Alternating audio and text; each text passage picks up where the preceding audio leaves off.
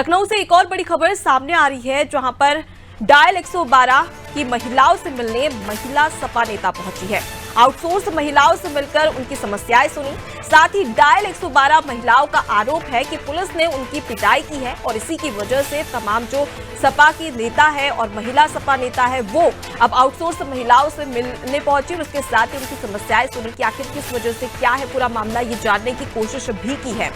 अनूप हमारे साथ में जुड़े हुए। अनूप, डायल 112 महिलाओं का आरोप है कि पुलिस ने उनके साथ में पिटाई की है, विस्तार से बताइए क्या है पूरा मामला। डायल जो 112 की जो आउटसोर्स की जो फीमेल्स हैं वो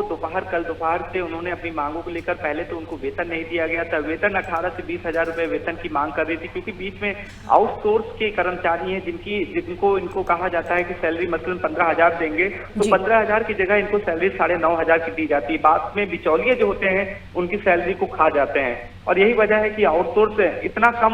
मानदेय में भी आउटसोर्स कर्मचारी पिछले कई महीनों से काम कर रहे थे और अच्छी सेवाएं दे रहे थे। और जिस तरह से उत्तर प्रदेश में महिलाओं को वरीयता दी जाती है, खुद मुख्यमंत्री योगी आदित्यनाथ महिलाओं की सुरक्षा, उनकी तमाम तरह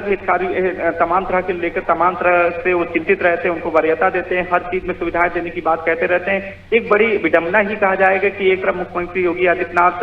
महिलाओं के लिए, नारियों के लिए, बच्चियों के लिए तमाम कल्याणकारी योजनाएं चला रहे हो, उसी के इतर जो उनके ही जो मातहत हैं, लगातार जो 112 जो महत्वपूर्ण सेवा है, मुख्यमंत्री योगी आदित्यनाथ का ये ड्रीम प्रोजेक्ट है कि यहाँ से पूरे उत्तर प्रदेश के लोग 112 पे शिकायत करते हैं और शिकायत के बाद उनकी समस्याओं का निस्तारण हो जाता है। और उसमें महिलाओं का जो आउटसोर्स महिलाएं हैं जो धरना प्रदर्शन कर रही हैं अपनी मांगों को लेकर, जायज उनकी मांग है, इसके बावजूद भी कल से वो उनकी अपनी जायज मांगों को लेकर वो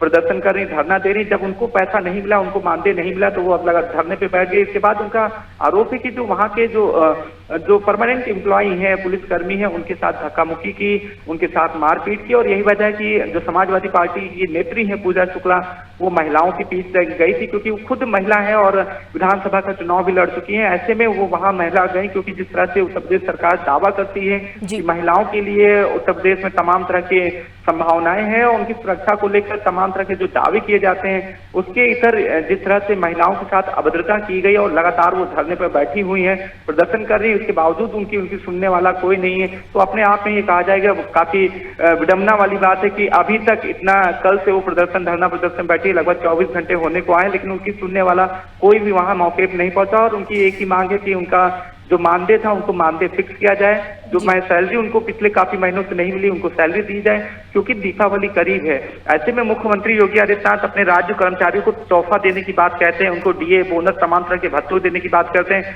लेकिन उनके ही जो महत्वपूर्ण पुलिस का एक पार्ट है 112, जहां से तमाम तरह के फरियादी अपनी शिकायतों को दर्ज करते हैं, उनकी शिकायतों का निस्तारण भी होता है, उसमें इन महिलाओं की बहुत बड़ी भूमिका होती है। ऐसे में उन महिलाओं को ही कहा जा सकता है चिराग चले अंधेरा वाली बात है। वो महिलाएं जो दूसरों की मदद कर रही हैं, उनकी सुनने वाला कोई नहीं है। वो खुद एक फरियादी के तौर पर पिछले 24 घंटे होने का है वो धरना प्रदर्शन करने पर मजबूर हो गई। जी बिल्कुल, अब ऐसे में देखने वाली बात होगी कि जब योगी सरकार तक ये शिकायतें पहुंचती है तो उसके बाद में क्या एक्शन लिया जाता है, जो महिलाएं की मांगे हैं उनको क्या पूरा किया जाता है। फिलहाल के लिए बहुत शुक्रिया अनूप, तमाम जानकारी हम तक पहुंचाने के लिए। तो देखिए, डायल 112 की महिलाएं, ये वो महिलाएं हैं जो उत्तर प्रदेश की तमाम ऐसी समस्याएं जिसका निराकरण करने के लिए लगी रहती है और एक तरीके से जनसेवा इसे कहा जा सकता है। लेकिन वहीं उनकी अगर सैलरी की बात कर ली जाए तो देखिए, इन्हें 15 हजार का आश्वासन दिया गया था, लेकिन इन्हें सिर्फ 9,000 की सैलरी मिल रही है और बाकी जो पैसे हैं वो बिचौलिए लेकर चले जाते हैं, ये इनका आरोप है।